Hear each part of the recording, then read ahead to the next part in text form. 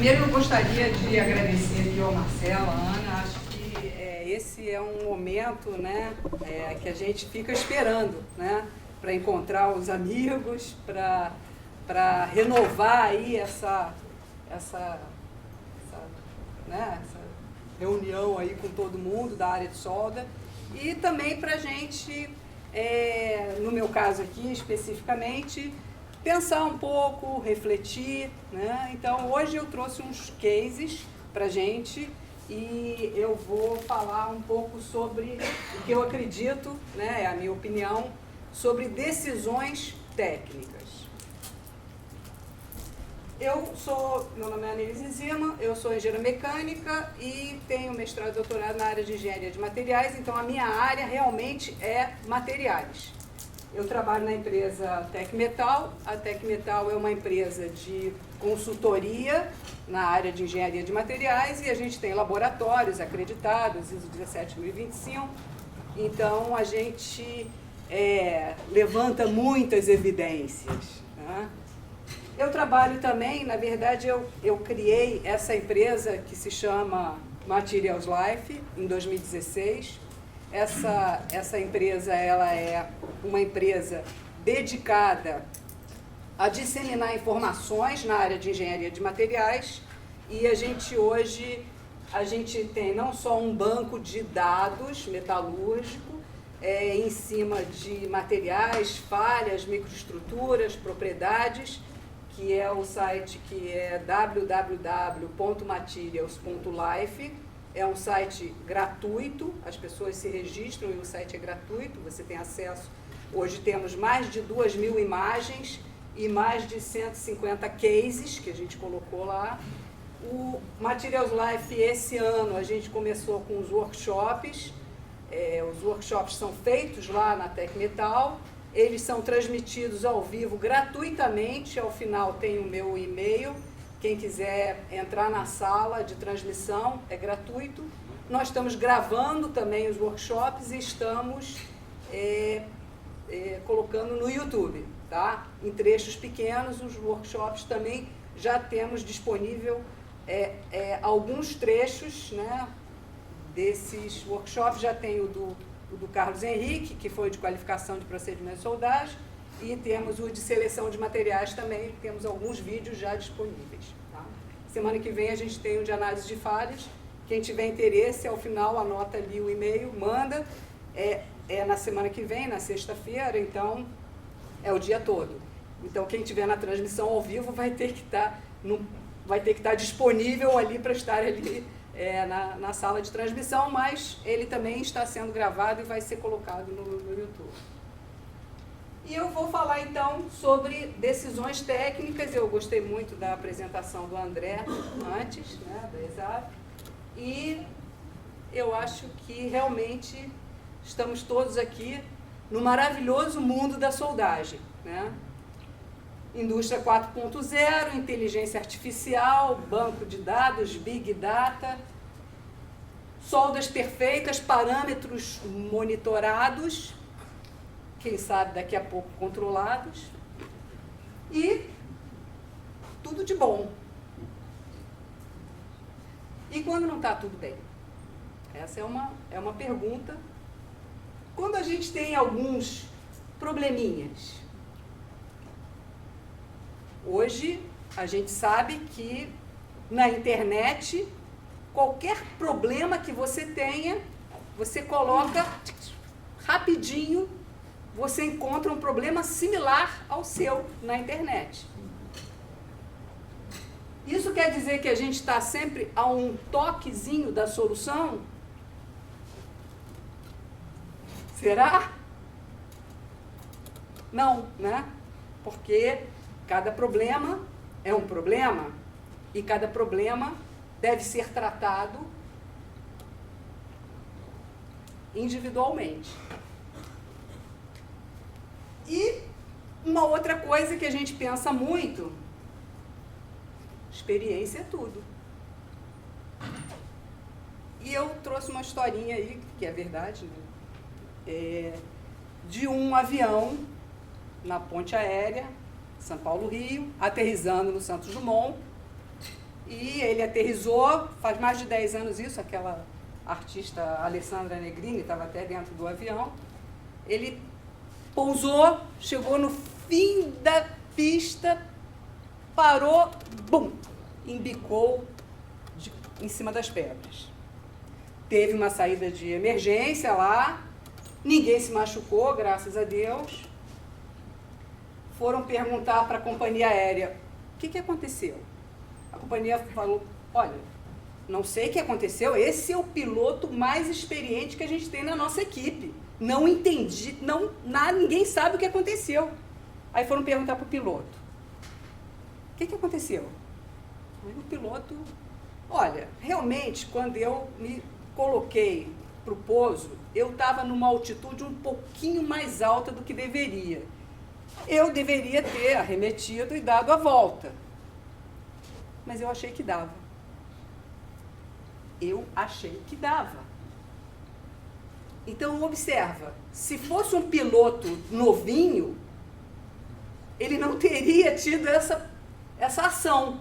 Por quê? Porque ele teria se baseado na evidência da altitude. Mas o piloto experiente, ele achou que dava, pela experiência dele. Então, a gente tem que tomar muito cuidado, porque a experiência revelada nos nossos cabelos brancos, nem sempre ela vai favorecer a gente. A gente tem que tomar muito cuidado, porque a experiência cega a gente. É uma autoconfiança exagerada. Então, experiência é tudo? Para mim, experiência é importante, mas não é a experiência evidente nos cabelos brancos. É a experiência que leva a evidências. Então, quando a gente tem evidências nos experimentos que a gente faz, a gente deve observar essas evidências e tratar essas evidências para que a gente tome decisões. A gente não deve desprezar as evidências apenas porque a gente acredita que sabe. Então, para mim, a palavra de ordem é análise crítica. A gente precisa sempre buscar entender o que está acontecendo, o que é um problema, para que a gente possa fazer uma análise crítica e tomar uma decisão. E essa decisão que a gente vai tomar também não pode vir de evidências rasas. A gente tem que se aprofundar. E se aprofundar é ter o conhecimento. O conhecimento permite que a gente se aprofunde e encontre para cada problema a causa do problema. E somente sabendo a causa do problema, a gente pode chegar a uma solução. A gente tem que tomar muito cuidado para não tratar sintomas de problemas sem achar a causa e buscar experiências passadas, e sim a gente deve buscar evidências reais que a gente está levantando no próprio problema.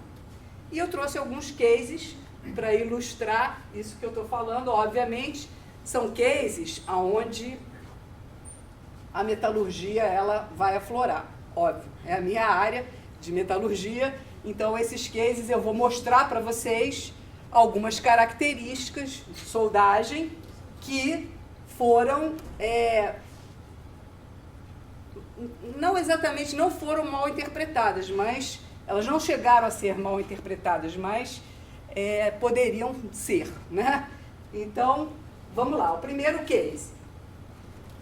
Quando a EPS não passa nos testes, isso a gente tem laboratórios, então a gente faz muito ensaio de qualificação e a gente vê muita EPS que vai fazer o ensaio de qualificação e não passa nos testes.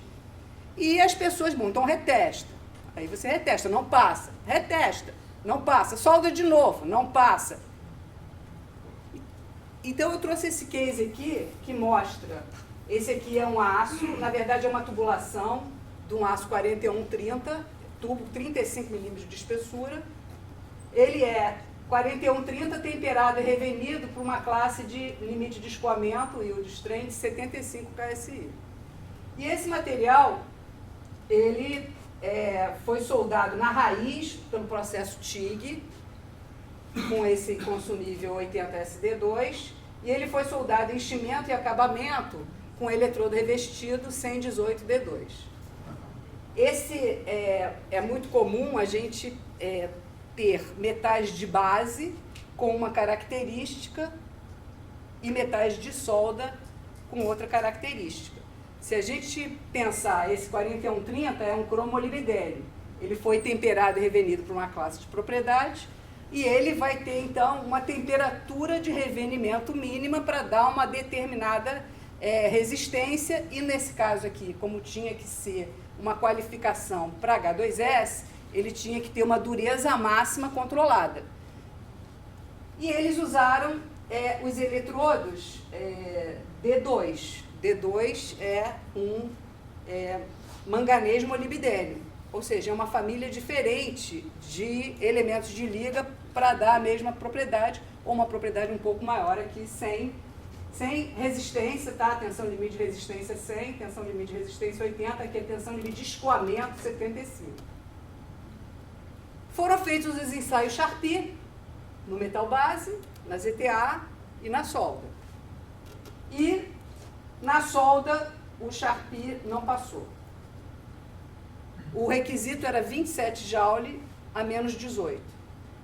Não passou no centro da solda, foi feito o reteste, não passou.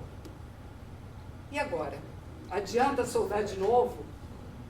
Adianta trocar o consumível? Adianta trocar o fornecedor do consumível? Adianta mudar o lote do consumível? O que fazer? No momento em que você não sabe o que aconteceu, é muito difícil você dizer o que fazer. Nesse caso específico, o que aconteceu foi, para você saber exatamente a causa, aqui tem o corpo de prova de Charpy. E a gente viu que no corpo de prova de Charpy tinha uma clivagem em grãos muito compridos e grosseiros. E a gente viu que a microestrutura do material, essa é a microestrutura da solda, ela aqui é uma microestrutura de ferrita acicular, mas aqui é uma ferrita primária, enorme, grãos grosseiros. Isso foi a causa de não ter passado no Charpy, a estrutura ferrítica de grãos grosseiros. E por que você não teve um Charpy adequado aqui? Por que você formou essa estrutura ferrítica de grãos grosseiros? A gente sabe que essa estrutura ferrítica, ela aconteceu por uma recristalização. E essa recristalização só pode ter acontecido depois da soldagem. E quando você vai investigar, você vê que o tratamento térmico que foi feito de 12 horas a 640, porque foi feito um tratamento térmico de alívio de tensões com base no material de base. Só que o consumível, ele não tinha cromo, o consumível é manganês molibdênio. Então, o consumível ele não tem essa resistência ao revenimento, como o metal de base, que é cromo molibdênio, tinha. Então, o que aconteceu é que o tratamento térmico que é feito para o metal base, que tinha um revenimento alto, não é adequado para o consumível. Isso é muito comum acontecer, você usar uma família de consumíveis, de elementos de liga para o consumível, que é diferente da família de elementos de liga do metal base. Então, você tem que tomar muito cuidado com os seus tratamentos térmicos e você tem que tomar muito cuidado, principalmente, com as suas temperaturas de tratamento térmico. Você trabalha para ter uma dureza máxima controlada, então você tem que revenir alto, aliviar alto, você trabalha para ter um Charpy bom, e o Charpy bom, às vezes as pessoas pensam, como eu vou conseguir baixar o Charpy dando um alívio de tensões muito longo? Às vezes as pessoas não se tocam, às vezes a pessoa pensa, quanto menos alívio, mais frágil o material vai ficar. Mas nem sempre isso acontece, e essa é a grande evidência. A gente vê uma evidência microestrutural que explica rapidamente por que você teve um comportamento num ensaio de Charpy, no caso. Ou seja, você só pode saber qual é a alternativa para o problema se você souber qual é a causa do problema. Então, na hora que você sabe qual é a causa, você pode dizer, você tem que controlar, então, o máximo tempo do seu tratamento térmico não pode ser 12 horas. Né? Normalmente, o pessoal qualifica com o menor tempo e com o maior tempo. E o pessoal pensa no maior tempo porque podem existir reparos, e nos reparos talvez você tenha que dar 2 tratamentos térmicos ou 3 tratamentos térmicos. Então, se você der um tratamento com 3 horas, aí você vai dar o outro com 12 horas, porque você pensa, olha, eu posso ter mais 3 reparos e eu ainda vou estar seguro de não ter acontecido nada. Então, você começa a avaliar o que você fez e você muda e cria alternativas. Então, é muito importante entender que se você não souber a causa, você não tem como ter uma decisão técnica e tratar o seu problema. Tá?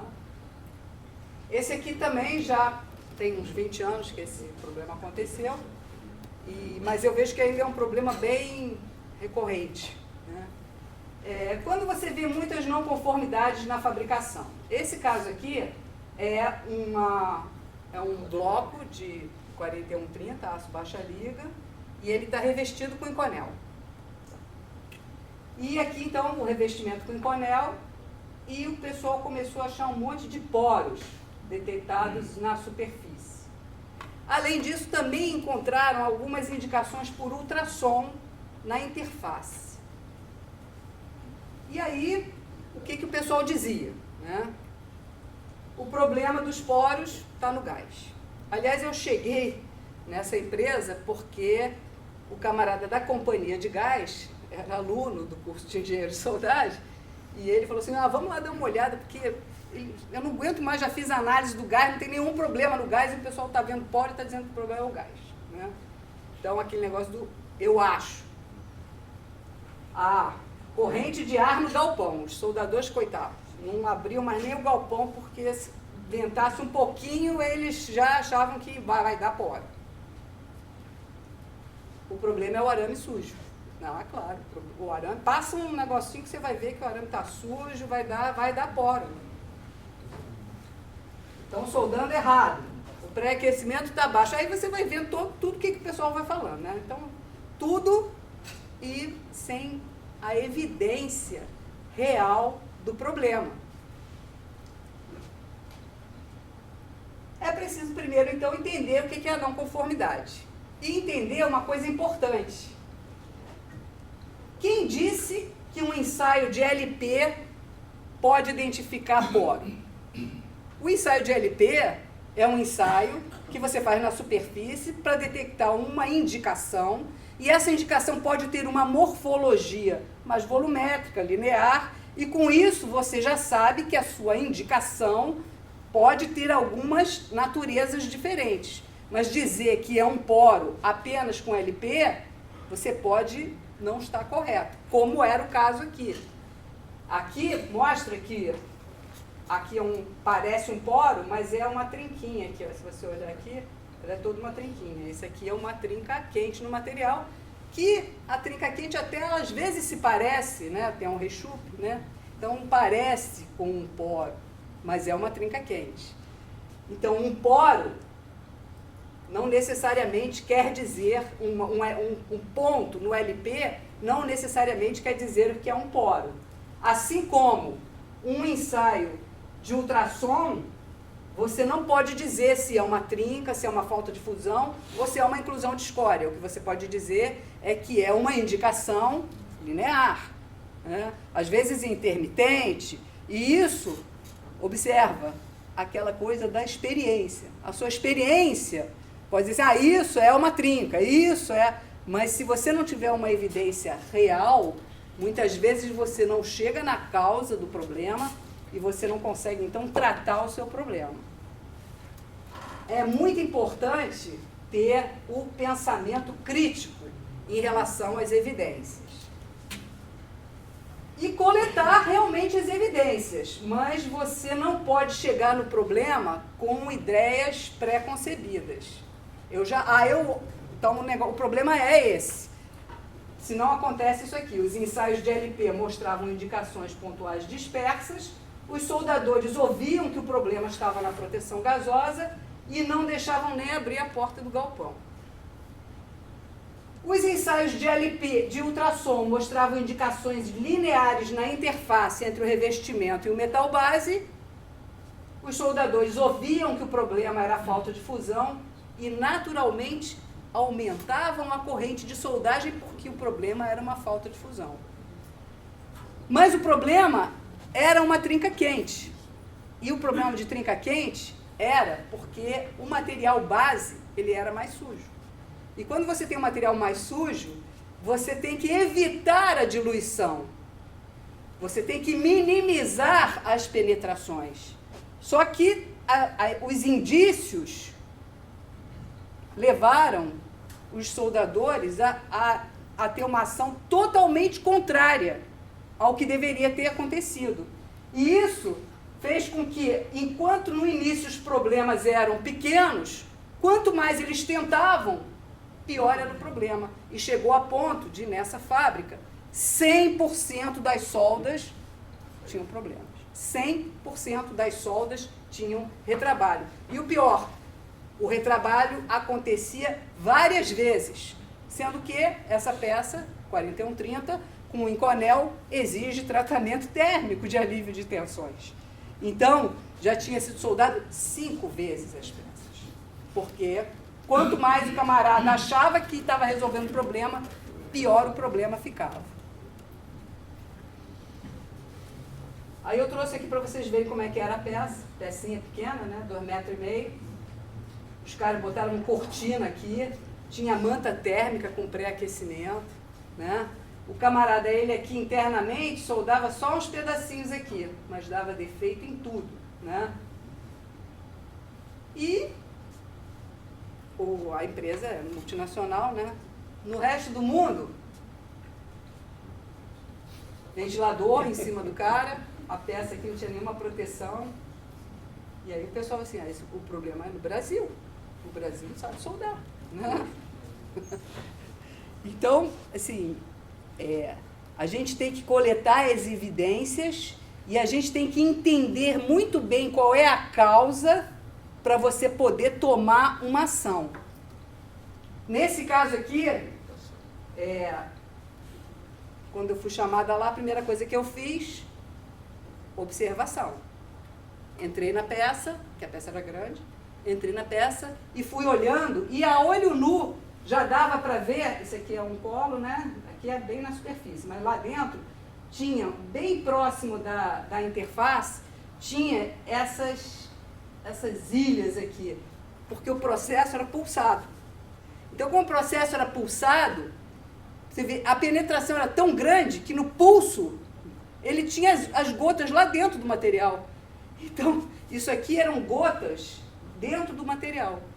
E quando eu fiz uma pequena réplica metalográfica, que era simplesmente dar uma lixada e acetato, e olhando no microscópio, trinca de liquação.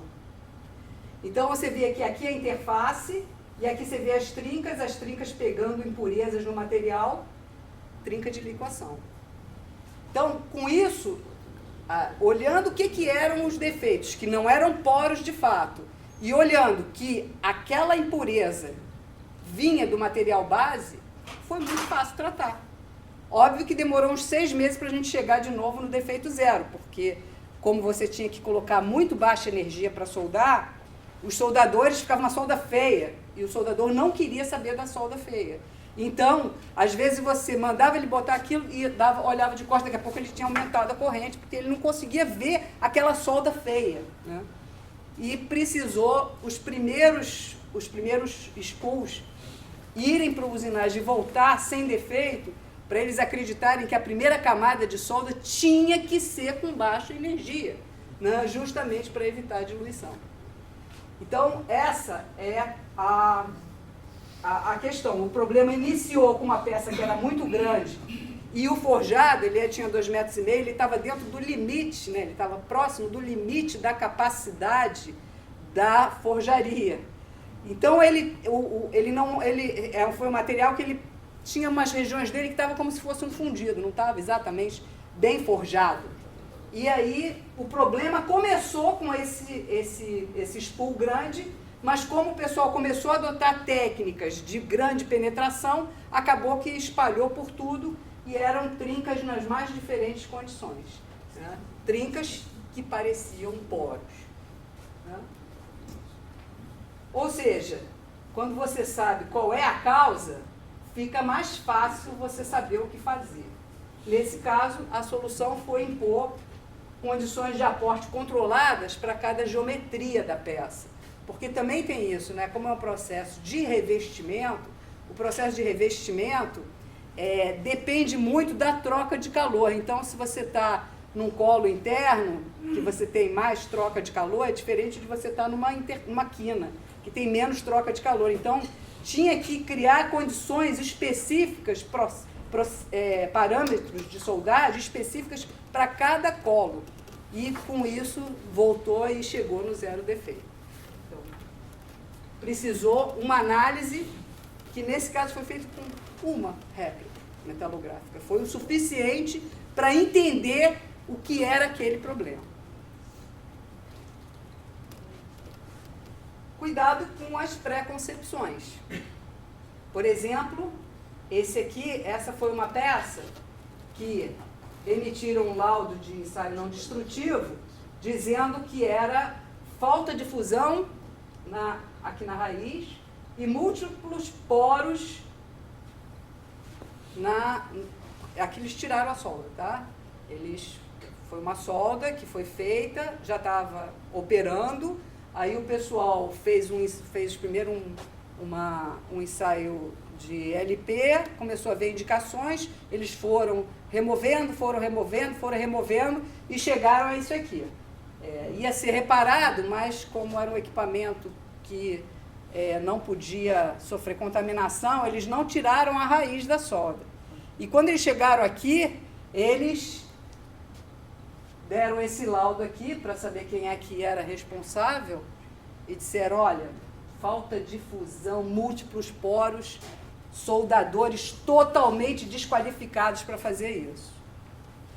Bastou uma análise microestrutural para você ver que de verdade eram trincas intergranulares no material de cromolibdênio, típicas de trinca de reaquecimento, porque o material era de grande espessura e não tinha sofrido tratamento térmico correto. E os soldadores estavam tendo que pagar a conta. Uma trinca de reaquecimento jamais vai ser culpa de um soldador, porque não tem nada a ver com uma operação de soldagem, não tem nada a ver com habilidade, tem a ver com metalurgia, tem a ver com o pessoal ter usado um material que tinha problema de endurecimento por precipitação e durante o alívio ele não aliviou corretamente e as trincas aconteceram no início de operação. E elas são trincas múltiplas, o material vai propagando as trincas e isso não tinha nada a ver com os soldadores.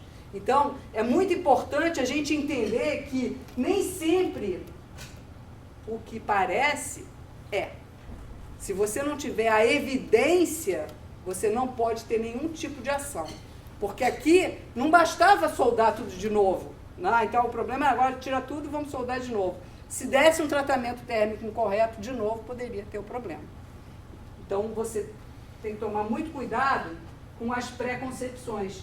E no caso específico da soldagem, a gente sabe, né? Todo mundo diz, não, solda tem defeito. Né, Manuel, você concorda com isso? Solda tem defeito? Então, então isso aí é inerente à soldagem, mas todo defeito tem uma causa e toda causa tem uma solução. Então, acha qual é a causa. Não apenas olha o defeito e pensa no defeito como uma descontinuidade que ela não é aceita. Porque senão você vai remover aquela descontinuidade e você pode promover de novo o problema. É importante a gente não ter uma pré-concepção. E mais, quando você encontrar evidências de problema, não se omitir. Você tem que ter equipes que entendam, de soldadores principalmente, que se encontrar alguma coisa que não está de acordo, fala, né? Senão vai acontecer aquele negócio. Mandaram eu fazer, eu fiz. Era óbvio que tinha problema, mas você não falou, não, você mandou fazer, eu fiz. Nesse caso, quando o camarada foi soldar isso aqui, com essa espessura de parede aqui, para fazer um groove aqui, encher de inconel, era óbvio que aquela espessura de parede ali não ia resistir, ia fundir o material. E se você tem um material dissimilar e você vai fundir isso aqui tudo, vai acontecer isso. Você vai ter defeito ali, era uma coisa que era óbvia. Por que você, em vez de usar esse tipo de colo, você não usou esse aqui? Bastava você remover tudo e encher tudo, porque encher isso aqui ou encher isso aqui é a mesma coisa, em termos de, né, ainda mais que você usa o equipamento automático, né? E isso aqui significa que o camarada encheu, aí ele foi lá, deu o tratamento térmico de alívio de tensões, usinou, e isso aqui ele pegou, que vocês podem ver aqui, isso aqui é LP, né? Ele pegou na etapa final, após usinagem, depois do tratamento térmico, quando era óbvio que ia dar o problema. Então, não se omitir e garantir que a sua equipe também não vá se omitir. Os soldadores, eles têm que ter a tranquilidade de poder falar com um supervisor e isso não vai dar certo. Porque era óbvio que não ia dar certo. E um soldador saberia isso. Mas a gente não é bem o que a gente encontra. Isso aqui, por exemplo, né? O camarada soldou tudo. Aí, era óbvio que aqui não tinha material suficiente, né? O que o cara devia ter feito? Devia ter ido ali dentro, dado uma esmedilhadinha e colocado mais uns cordões aqui nessa direção. Aí, o que aconteceu? Depois que ele fez todo o alívio de tensões e a usinagem de tudo, ficou faltando ali material. Era óbvio que ia faltar material, né? Tanto que essa foto aqui mostra, né? Poxa, volta lá. Não vai dar problema não. Tá? Então, não se omitir. Você tem que ir, né? Encontrou um problema, uma evidência de problema, você tem que se antecipar ao problema e assegurar que você vai chegar no fim sem ter os problemas. E quando aparecem algumas descontinuidades muito pequenas, a gente pode desprezar.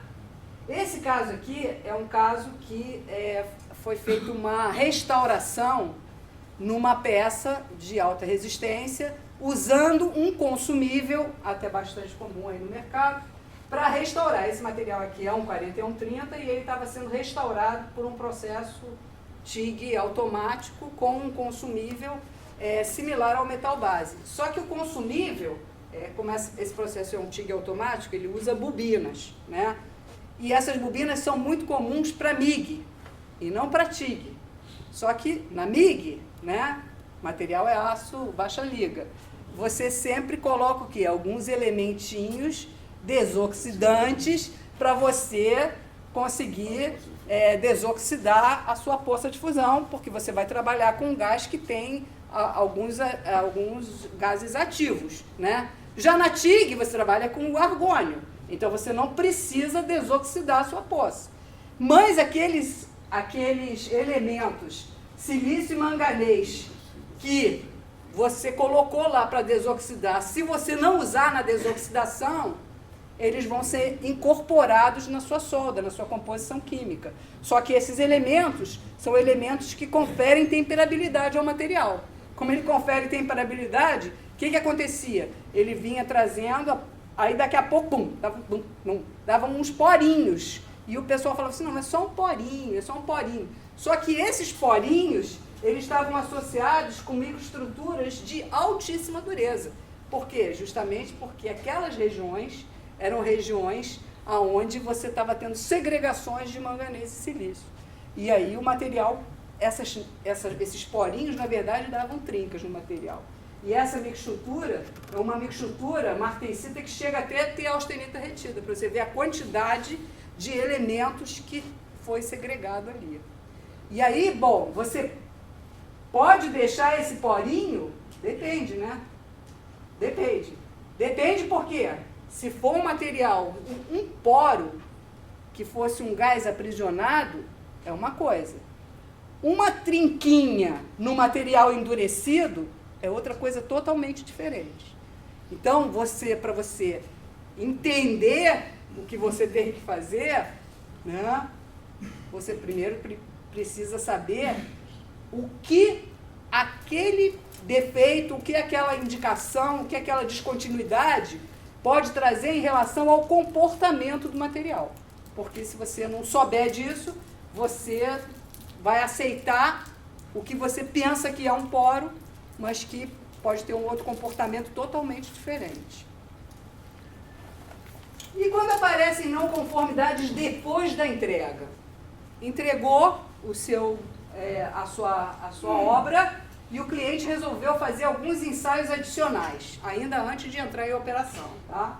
E detectou descontinuidades que excedem os critérios de aceitação em 60% das soldas. Numa plataforma, muitas soldas, né? 60% das soldas com indicações. As indicações eram desse tipo aqui, né? De regiões aqui. E agora? O que você vai fazer? Então, 60%, o que você faz? Você devolve, desiste do projeto, né? Você tira toda a solda e solda de novo, você não faz nada, né? Reza, né? O que você faz? Né? Oh, muito obrigada. Com limão. Obrigada. Mas tá difícil de ouvir aí? Não. Tá tranquilo. O que aconteceu? Qual foi a causa? Qual vai ser a consequência de cada tipo de decisão que você possa ter? Se você não souber exatamente qual é a natureza do seu problema, você não pode tomar decisões. Então, nesse caso, quais foram as evidências? Foi identificado que o cliente utilizou um método de inspeção de maior poder de detecção do que o usado na fabricação. Isso às vezes acontece, eu não sei se vocês vivenciam isso, mas o cliente resolve fazer um phase array. Quando você, na fabricação, você tinha outro critério. E aí, daqui a pouco, ele descobre defeitos, até na alma, né? Porque, né? Você descobre coisas que você nem imaginava que pudesse existir dentro de uma solda. Então, primeiro você tem que fazer uma análise crítica. O método de inspeção que você usou, né, é o mesmo que eu usei? Bom, não é, então. Mas aí, então, agora que você identificou, você disse, não, agora deixa eu fazer com o método antigo que eu não vou ver nada. Também não pode, né? Porque, afinal de contas, você já viu que tem indicações. Então, você vai fazer o quê? Agora eu vou fazer o quê? Então vou remover tudo? Não, mas então você vai me pagar para remover, porque lá na fabricação eu usei aquele método que era contratual. Se você quiser agora que eu remova tudo para fazer, então paga. Então, o que o pessoal decidiu nesse caso? Selecionou e destruiu algumas peças e fez alguns ensaios e análises. Eles viram que a natureza das descontinuidades basicamente era falta de fusão entre passes.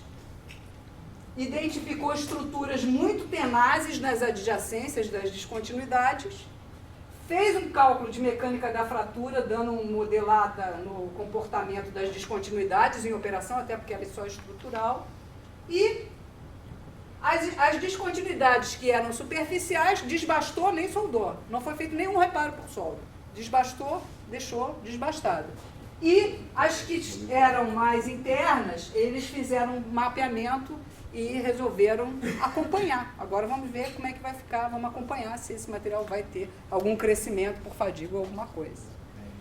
Mas isso você só sabe se você conseguir identificar qual é o seu problema, identificar quais são as características que você tem e pensar em como aquilo vai ter de efeito no comportamento do material posteriormente.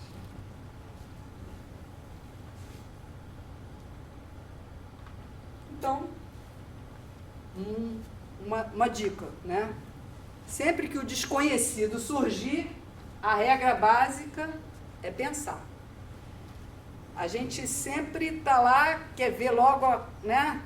qual é o problema? Vamos ver aqui, né? Entra aqui na internet, vamos achar esse problema. O problema foi esse. Ah, eu já entendi que o problema foi esse. Não, primeiro você coleta as evidências, estuda sim, vai na internet, estuda, e eu posso dizer, todos os problemas estão lá na internet. Só que a internet não tem só coisas boas, né? Tem muita informação errada, tem muito fake news, né? Coisas que as pessoas dizem que está errado, né? E quem é que vai dizer que não está certo, né?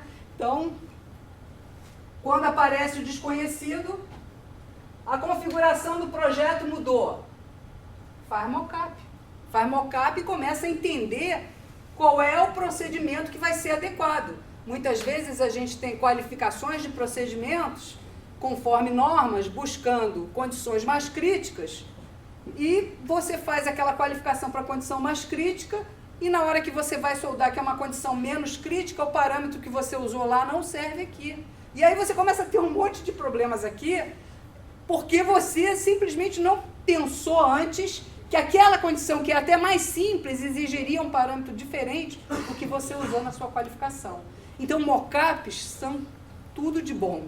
Você começa a avaliar exatamente a condição que você vai soldar. Depois você qualifica, mas primeiro você estuda. Recebeu um projeto novo e não conhece direito o material, estuda o material, conhece a soldabilidade, lê sobre os problemas típicos. Algo não deu certo na qualificação ou na fabricação, investiga, entende as causas e toma decisões baseadas em evidências e não baseadas na nossa experiência dos cabelos brancos ou, né, ou mesmo na experiência de outros na internet. Tá? Busca entender o problema e atuar com base em evidências. E quando você tem um problema, você precisa parar e pensar para entender o que causou o problema. Buscar as evidências que comprovem a sua teoria, trabalha numa solução assertiva e você vai ter 100% de chance de dar certo. E não tentativa e erro. Tentativa e erro, 50%. 100% de chance de dar certo. Então, a minha dica é essa. Tá?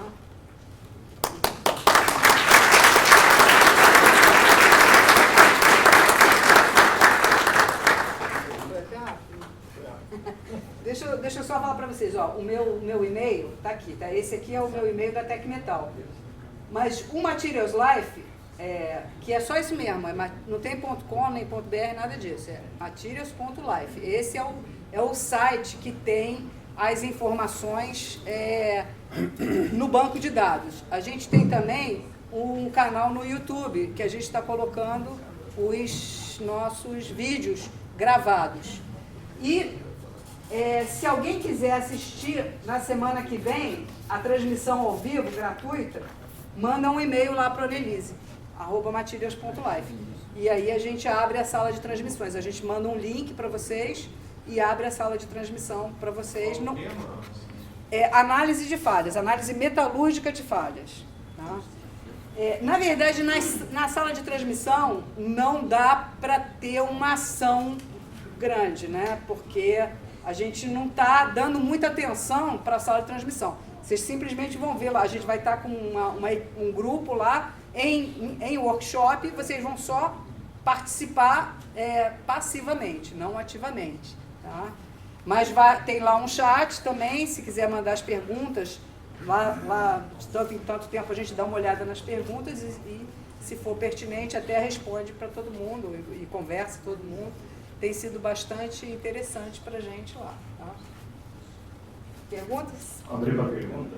Eu só vou pedir para as perguntas sempre falar no microfone, que a gente está gravando tudo isso aqui. A Annelise falou sem microfone, mas o microfone está ali, então eu consigo captar. Agora as perguntas sempre vou pedir para falar no microfone. Olá, Annelise. Realmente excelente o seu trabalho. Primeiro, é curioso, então eu pergunto para você, Esse tipo de problema que foi detectado tem mais de 5 anos? Qual? Porque tem vários ali, né? Alguns O mais primeiro, de 20. O primeiro. O primeiro, Não, o que eu fiquei... o dos poros. Quando eles utilizaram o pulsado no material extremamente temperado, com um processo de alta energia, que nesse momento todos os fabricantes têm as máquinas semiautomáticas por circuito controlado. Mais de 20 anos. Mas esse processo, que é o TIG automático, pulsado, né, hot wire, que é o arame quente, ele ainda é usado muito hoje. Né? E esse tipo de problema continua dando, porque as nossas matérias-primas não são iguais às matérias-primas do pessoal lá de fora. Então a gente ainda tem problemas desse tipo. Então é curioso ver um material extremamente com facilidade de ser fragilizado, né, por uma causa, enfim, ia falar aqui uma palavra feia, mas sujeira, impureza, enfim, podendo ter utilizado o TIG. Mas foi TIG. Na raiz. Foi TIG. Ah, não, você está falando do primeiro. Falou do primeiro. Não, o primeiro foi TIG na raiz. Ah, ok. Eu vi o pulsado e... Não, a gente teve vários casos aqui, né? Então...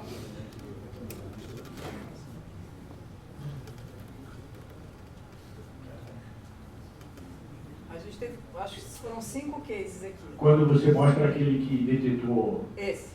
Exatamente. Esse é TIG na raiz. Ah, ok. Mas esse aqui, o problema foi o tratamento térmico. Exatamente. Posterior, o tratamento térmico foi um tratamento térmico longo demais e numa temperatura muito alta. Mas, E aí? Analise, se usasse um cromolibdeno consumível, não ia aceitar esse tratamento térmico? Ia aceitar, mas aí não ia dar a dureza da NACE, que é o 22, OCC. Que é o requisito da dureza. E não dá Sharpie. O cromolibdeno realmente não consegue dar o Sharpie que precisa. Esse case é aquele que só dava errado no Brasil e não dava errado em outro Não, local. esse case não. Esse case aqui foi um problema de tratamento térmico. O case que dá é esse. Esse é o que o pessoal de fora nunca teve problema, quando chegou aqui começou a dar problema. E aí o problema original foi porque era um forjadão grande. E aí o interno do forjado, ele não estava muito, assim, não posso nem dizer que assim, não estava muito limpo, né? Mas não é essas trincas a quente, elas dão mesmo se você tiver um material normal, é porque as impurezas do aço baixa-liga não são muito compatíveis com o Inconel, né? Então, se você tiver uma diluição alta, acaba dando esse problema. Só que o pessoal costuma, se você fizesse, por exemplo, um groove, no groove não tende a dar o problema, mas quando você faz num interno, o interno tende a dar. Então, porque o groove ele está mais para fora, e as impurezas estão mais perto do centro dos forjados, né? Então, aí depende muito da posição onde você está. E se você estiver soldando na posição plana, a posição plana, ela te dá menos penetração do que na posição horizontal. O pessoal até pensa, não, esse é o contrário. Não, na posição plana dá baixa penetração, acho que é a própria forma que o cordão fica, do que quando você está na horizontal. Quando você está na horizontal, o cordão ele dá uma penetração mais profunda ali. E aí você acaba tendo mais defeito nos internos do que na superfície ou nos grooves, né? Mas esse problema aí tem mais de 20 anos. Okay. Bom, voltando então à situação da necessidade de a gente alterar o que foi criado há mais de 20 anos, falando na formação do pessoal para se qualificar em engenheiro, qualificar em inspetor de solda, enfim. Nós estamos vendo que você fez um trabalho sensacional desde quando você começou com uma técnica de metalografia, né? E a gente trabalhava na metalografia dos cursos da FPTS juntos. E você tem isso digital que substitui o famoso Walter Book, que deixou de desaparecer, que deixou de ser consultado, enfim. Então, nós temos no Brasil uma ferramenta que não existe em outros países e que esse evento, nesse momento, é o momento, acredito eu, ideal para que as entidades que que coordenam e sobrevivem desse tipo de controle, qualificação, enfim, comecem a verificar que está na hora de utilizar a tecnologia 4.0, né, que digitalizou os cases para a internet, com acesso gratuito, e que isso sirva de exemplo para que aqueles que saem de um curso, seja ele qual for, tenham a possibilidade de saber, não, eu vou ver, já que deu esse problema na empresa, o que pode acontecer de casos parecidos. Né? Portanto, eu só vou aqui dizer que a Annelise já teve numa universidade em Portugal apresentando o Materials Live, que muita gente no Brasil ainda não conhece. Então, o Carlos Gomes está aqui, o Diego Roberto da FPTS também está, Zenildo. Portanto, é muito complicado para todos que viveram esse estresse numa empresa, o prejuízo, a imagem, enfim, é complicado. Quem já passou por isso, eu já passei por isso. Eu trabalhava aqui no Brasil e também lá do outro lado do Atlântico. Portanto, o pessoal não tem tempo para nada, só tem tempo de dizer abobrinha. Né? E nas empresas que trabalham com uma certa organização, prevenção, não é difícil para eles terem acesso do do celular, né, esse tipo de informação. E acredito que temos que aproveitar essa oportunidade porque a semente é brasileira. A gente sabe que tem gente no mundo inteiro consultando o seu Materials Live, mas em relação ao Brasil tem pouca gente fazendo isso ainda.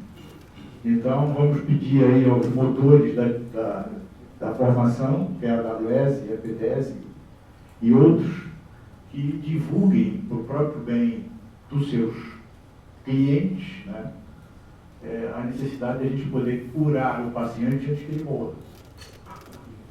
Pessoal, obrigado. Olha, eu quero agradecer aqui ao Geraldo. No ano passado eu até apresentei um pouquinho o Materials Life, mas, como o próprio Geraldo falou, assim, essa parte de metalurgia, ela nem sempre ela é atrativa, principalmente para o pessoal da solda, né? Porque é aquele negócio, né? É a perlita, é a martensita, né? Você está falando de, né, trinca quente. Então, eu decidi não apresentar o Materials Life esse ano, mas realmente a gente coloca vários cases lá que tem muito de solda. Inclusive, a gente, né, com o apoio lá do Carlos Henrique, lá, que é meu pupilo, né, quase filho, né, que trabalha mais de 20 anos comigo, né, tem que ser quase filho. E a gente começou a colocar no Materials Life WPS, o Materials Life está em inglês, tá? Está em inglês porque essa linguagem, ela é, né? Não precisa, né? Uma composição química, uma propriedade mecânica, uma microestrutura, você não precisa realmente ficar traduzindo e botar uma versão em português. Mas nós começamos a colocar lá WPS que falharam. Óbvio que todos os cases são doados. Eu preciso que as pessoas autorizem que a gente coloque lá. E eles são, a maioria das pessoas que autorizam e não querem aparecer, o case fica anônimo. Alguns cases, a doação, ela é documentada e a gente coloca até a URL de quem quiser, para se quiser ser consultado. E a maioria dos cases que as pessoas não querem aparecer, eles são anônimos. E a gente coloca lá, a gente tem várias categorias de busca.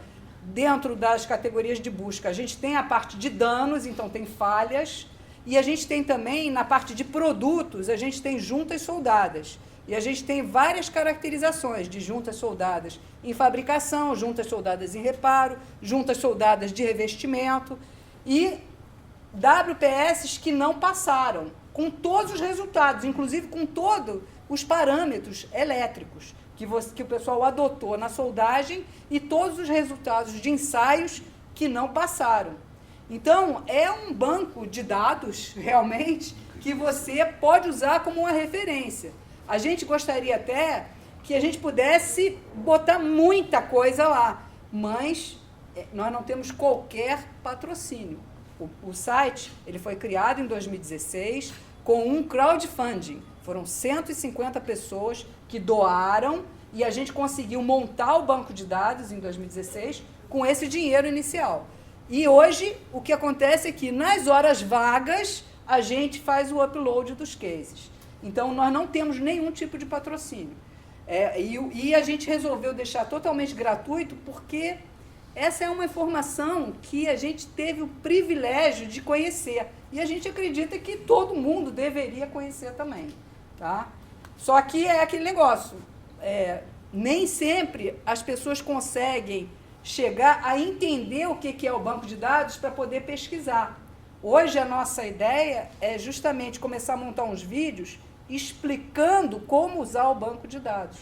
Porque você quer fazer uma procura por palavra-chave, você quer fazer uma procura por categoria, por tipo de material, por tipo de aplicação, por tipo de produto. Eu quero ver trincas a quente. Se você colocar hot cracks, você vai ver várias trincas que vão aparecer. Quero ver trincas a frio, cold cracks, coloca lá, você vai ver.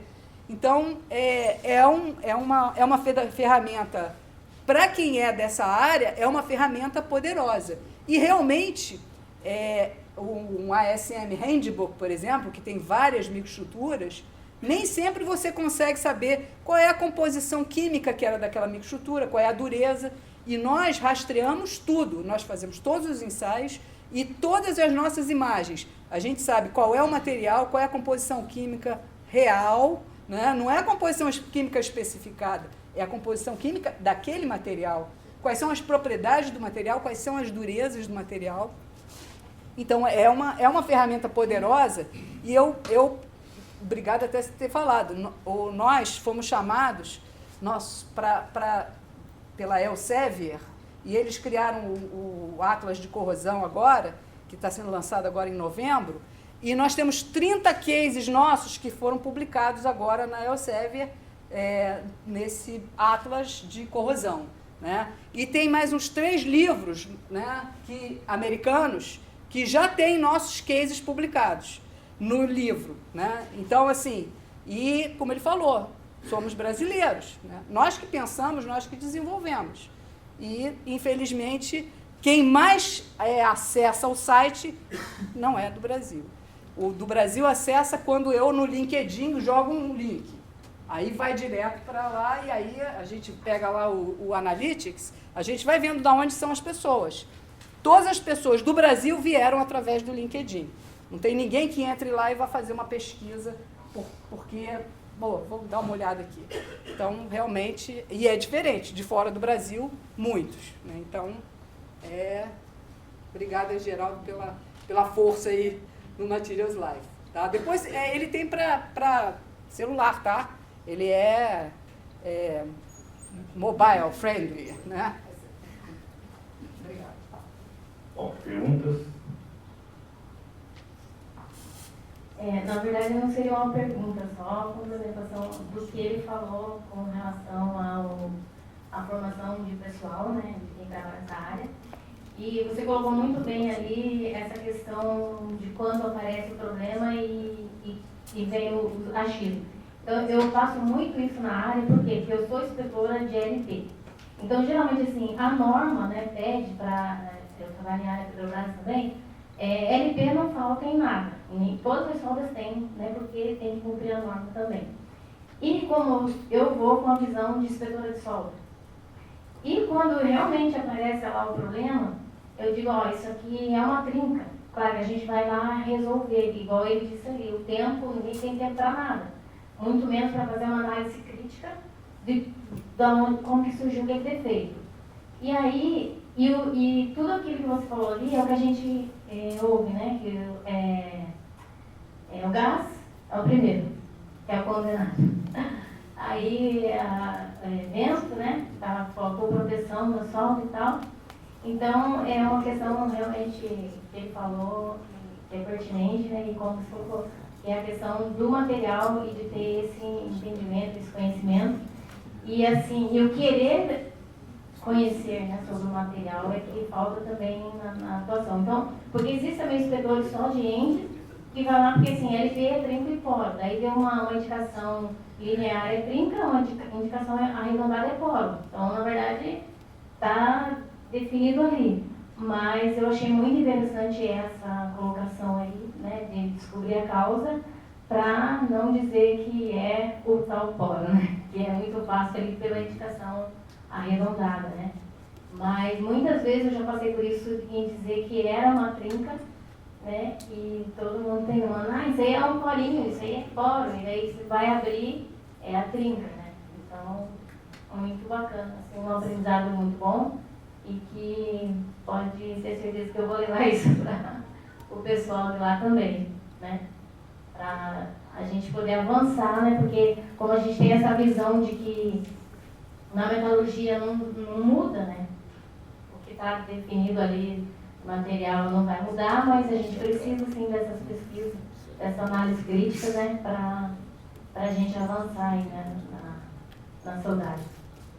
Principalmente quando o problema é sistemático, né? Porque às vezes o problema é um problema realmente pontual e aí não vale nem a pena você dedicar tanto esforço para ter um porinho. Mas quando você passa a ter um problema sistemático, você tem que ter uma investigação. Se você não investigar, você vai continuar tendo problema. Obrigada pelo comentário. Denise, pelo ponto de vista metalúrgico, essas várias análises que você vem fazendo, você vê alguns ensaios complementares que já estão sendo ou deveriam estar sendo aplicados nas qualificações das ETS, poderiam facilitar ou evitar problemas durante a produção? E no momento da análise fala, se tivesse feito lá no EPS uma análise A, B ou C, facilitaria um momento depois? Obrigada por essa pergunta, porque é ótima pergunta, né? Eu acredito na qualificação das pessoas. Eu realmente acredito na qualificação das pessoas. E a qualificação das pessoas, ela envolve você conscientizar as pessoas sobre o que possivelmente você pode ter de problemas. Então, mais do que colocar controles de qualidade, eu acredito que a qualidade está nas pessoas, em todos os níveis. E eu vou até exemplificar. Por exemplo, quando tem H2S em refinaria, o pessoal, pela própria norma, diz o seguinte: você faz a dureza, e se a dureza der superior a 200 Brinell na solda, você tem que dar o alívio de tensões. Essa é, por exemplo, uma recomendação absurda. Por quê? Quer dizer que você vai usar um procedimento e se der 200 Brinell para cima, aí você vai fazer um alívio de tensões. E aí, você já sabe se a sua linha permite que você coloque lá, se tem uma válvula do lado, como é que você vai fazer um alívio de tensões depois de medir uma dureza? Não dá para entender isso. E mais, aí você tem juntas em ângulo, né? Você tem colar, né? Como é que você vai fazer uma medida de dureza numa ramificação? Não vai fazer. Então, na verdade, você está querendo dizer o seguinte: não precisa fazer não, porque a norma diz, se não der para fazer, não faz, né? Então para que você vai fazer, né? Então, assim, o que eu acredito 200 Brinell vai dar em que condição?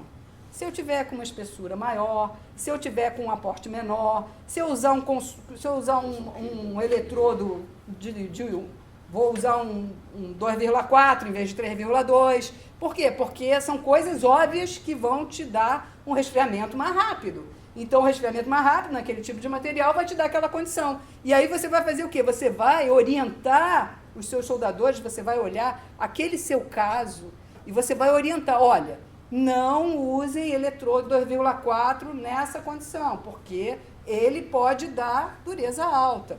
Não use, não corra muito. Né? Então, você vai começar a criar uma condição que, sim, você vai evitar, mas pela técnica, pela teoria, pela qualificação das pessoas.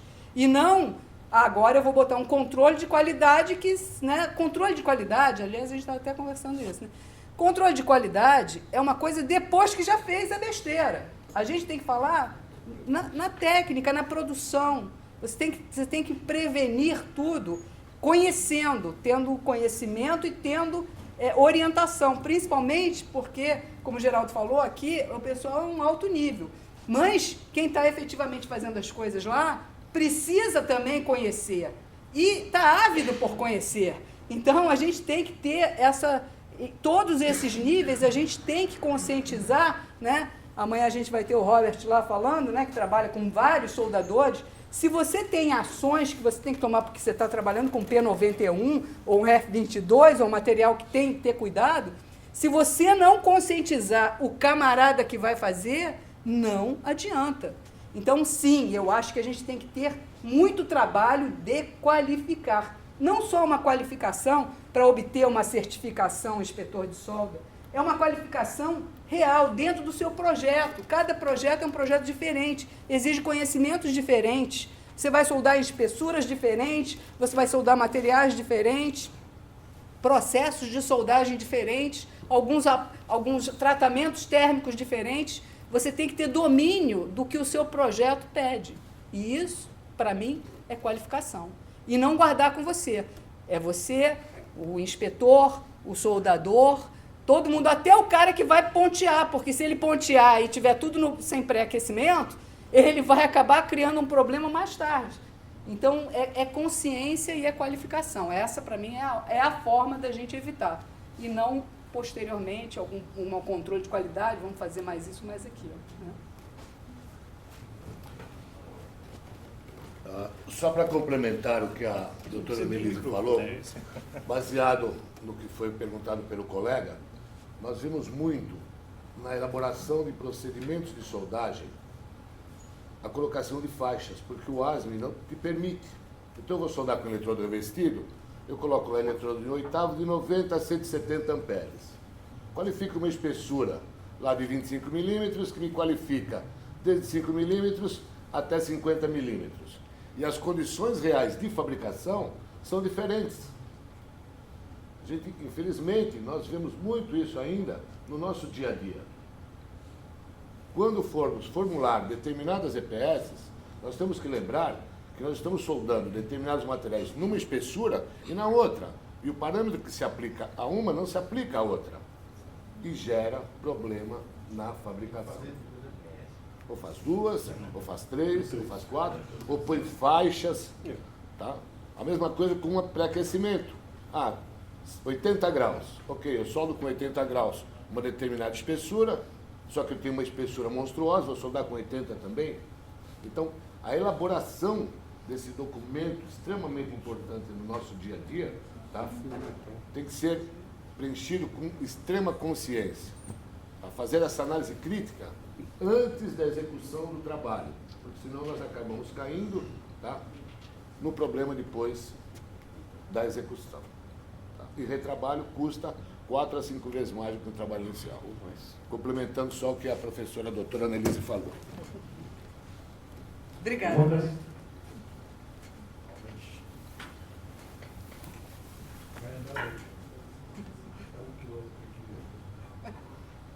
Olha,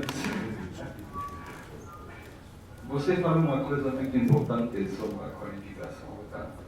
O projeto que eu estou lá com a Chevron no Cazaquistão, eu recebi uma equipe de soldador russo e cazaco. Tá? Vou falar que eu treinei as pessoas durante 3 meses. Mas quando você fala isso para um empresário brasileiro, aí você vai entender algumas asneiras incríveis. Não, tu tem 2 dias para treinar o soldador. Ok, tá bom. Então, o problema é que a maioria, a gente deveria educar também os empresários que pegam esse tipo de obra, porque eles têm uma mentalidade que eu diria, eles querem a qualidade do alemão por o preço do chinês. Entendeu? Então, isso é uma coisa que eu estou muito confrontado com isso. Aí, você depois é o cara que custa caro. Vou dar um exemplo para todo mundo aqui. A solda que nós estamos fazendo lá no Cazaquistão, cada junta custa $220 mil. O senhor falou do preço do reparo. Tá? Conforme a espessura que a gente solda lá, se a gente tem um reparo que vai acima de 1/3 da espessura, é corte total. Então você imagina o custo da solda. Tá? Agora, a qualificação para mim, como você falou, Annelise, é fundamental. E você tem que ter tempo para fazer isso. Porque você pode pegar um bom soldador, você tem também fazer a diferença entre formar um operador e um soldador orbital. Essa aqui as pessoas não sabem também. O cara me disse, já ouvi falar em algumas grandes empresas no Brasil, Roberto, você está exagerando, é só apertar o botão e soldar. Eu falei, não, está certo, sabe que você é gerente do projeto, eu vou lá fora da fábrica, eu vou ter uma placa, procura projeto de gerente de projeto, tem 50 mil que aparece aqui, viu? Para um verdadeiro soldador orbital, você não vai encontrar. Então, essa é uma coisa que eu estou lutando faz anos no Brasil para mudar essa mentalidade. Mas não é fácil. Como que eu falei, a qualidade do alemão para o resto chinês. Mas o custo final, ele é faraônico.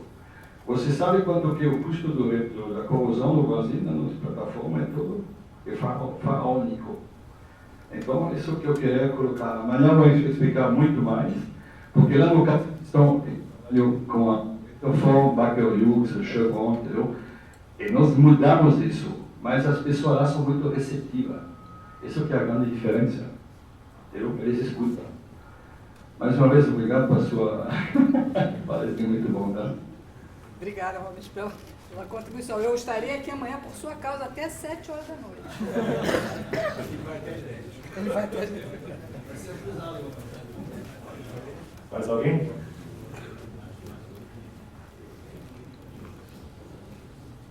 Pessoal, obrigada, viu?